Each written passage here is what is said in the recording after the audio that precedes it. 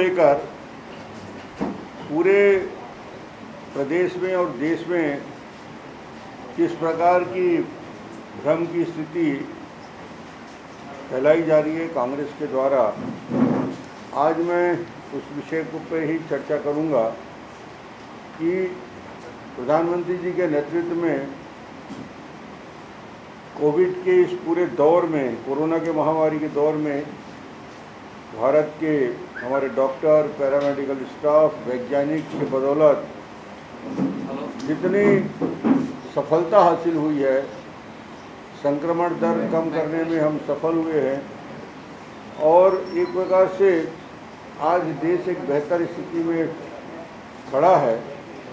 मगर उसमें फिर कांग्रेस की भूमिका राष्ट्रीय नेतृत्व से लेकर प्रदेश तक केवल और केवल केंद्र सरकार को, प्रधानमंत्री जी को लक्ष्य करके जिस प्रकार की गलत बयानी किए हैं, वो एक वातावरण का निर्माण पूरे देश में करना चाह रहे हैं। मुझे लगता है कि क्रेडिट देना चाहिए भारत के हमारे वैज्ञानिकों को, जिन्होंने 2 स्वदेशी वैक्सीन बनाए, कोविशील्ड और कोवैक्सीन, और मुझे लगता है कि विश्व का सबसे बड़ा टीकाकरण अभियान चला के एक प्राथमिकता तय की। फ्रंटलाइन वर्कर पहले जो कोविड से सामना कर रहे हैं, मुकाबला कर रहे हैं, और उनको पहले, और फिर 45 साल की उम्र वालों को दूसरा, और उसके बाद 18 साल वालों की आयु के लोगों को वैक्सीनेशन का ये कार्यक्रम किया जाएगा और ये पूरे देश में अभियान चल रहा है। आज तारीख तक 23 करोड़ से ज़्यादा लोगों को वैक्सीन लगाया जा चुका है। देश में 23 करोड़ से ज़्यादा लोग आज की तारीख में वैक्सीनेशन हो चुका है। और आज जो प्रधानमंत्री जी ने जिस विषय को और स्वास्थ्य मंत्री जी ने चिन्हांकित किया, दिसंबर तक 216 करोड़ नए टीके आएंगे। इसका मतलब ये कि दिसंबर आते आते 2021 में पूरे देश में 221 करोड़ नए टीके देश में आ जाएंगे और 108 करोड़ से अधिक लोगों को ये टीके लगाए जाएंगे। मुझे लगता है कि पूरे दुनिया में सबसे ज़्यादा कोविड के लिए वैक्सीन देने वाला देश हिंदुस्तान है, ये दूसरे नंबर का देश है। और मुझे लगता है कि ये अपने आप में एक उपलब्धियां होगी कि दिसंबर तक हम पूरे देश को वैक्सीनेशन कर चुके रहेंगे। एक तरफ प्रधानमंत्री जी लगातार प्रयास कर रहे हैं वैक्सीनेशन के लिए, और दूसरी तरफ कांग्रेस के हमारे मित्र भ्रम फैला रहे हैं।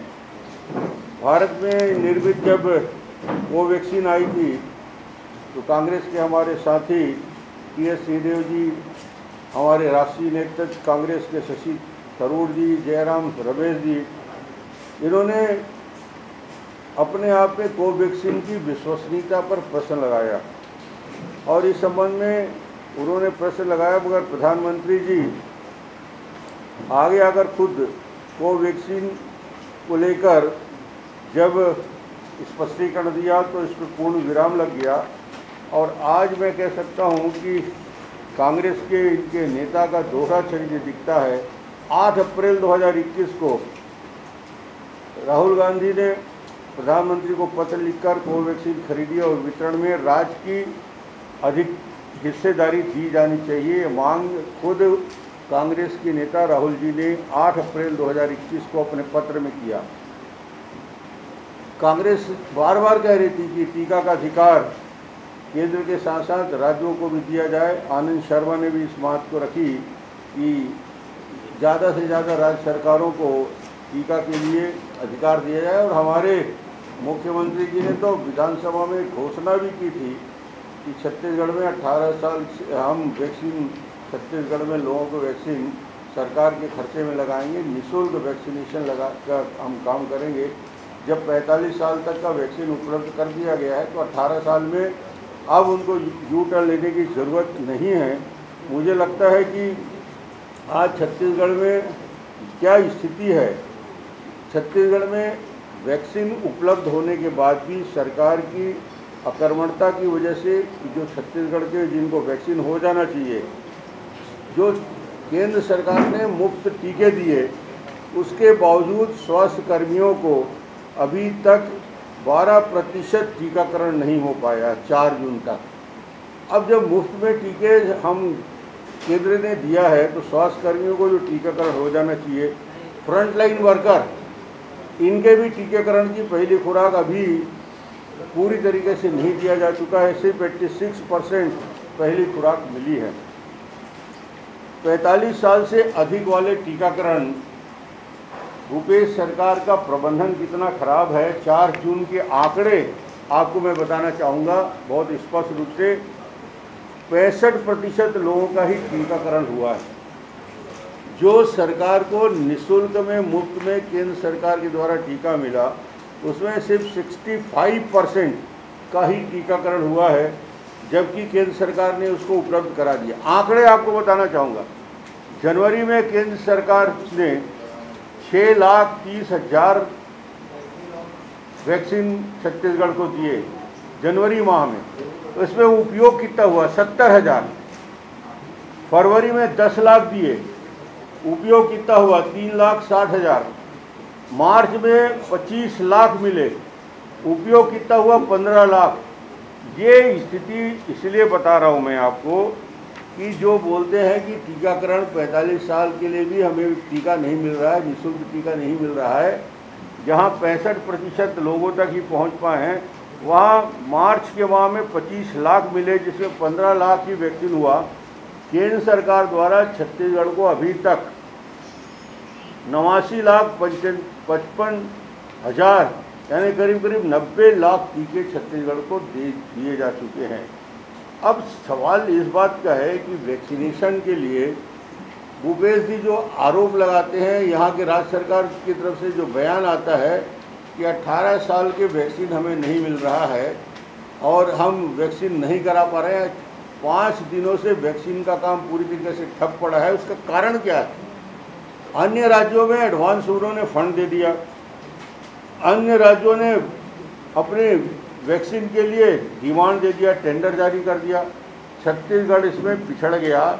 छत्तीसगढ़ ने ना ऑर्डर किया ना टेंडर जारी किया, इसलिए छत्तीसगढ़ में वैक्सीनेशन का पूरा कार्यक्रम करीब करीब बंद है।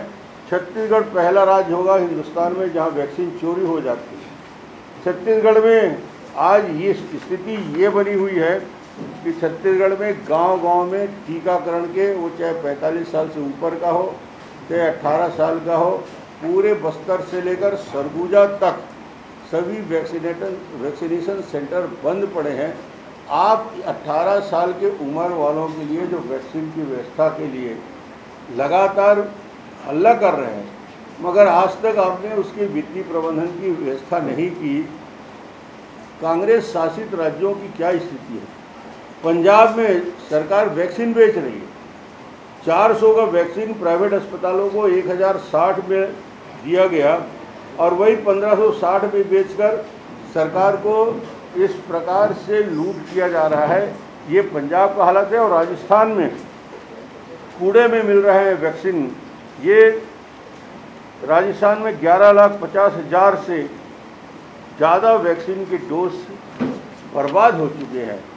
तो आज राहुल जी को इस बात का जवाब देना चाहिए कि क्या कांग्रेस शासित राज्यों में जो आज स्थिति बनी हुई है वैक्सीनेशन को लेकर, और क्या कांग्रेस जानबूझकर इसको डिले करना चाहती है? क्या जनता के साथ खिलवाड़ करना चाहती है? क्या एक प्रकार से आक्रोश पैदा करना चाहती है जनता में? जबकि केंद्र सरकार ने पर्याप्त संख्या में जो 45 प्लस वाले हैं उनके लिए वैक्सीन उपलब्ध करा रही है और आगे भी कराने का है, और दिसंबर तक ये वैक्सीनेशन पूरा समाप्त हो जाएगा।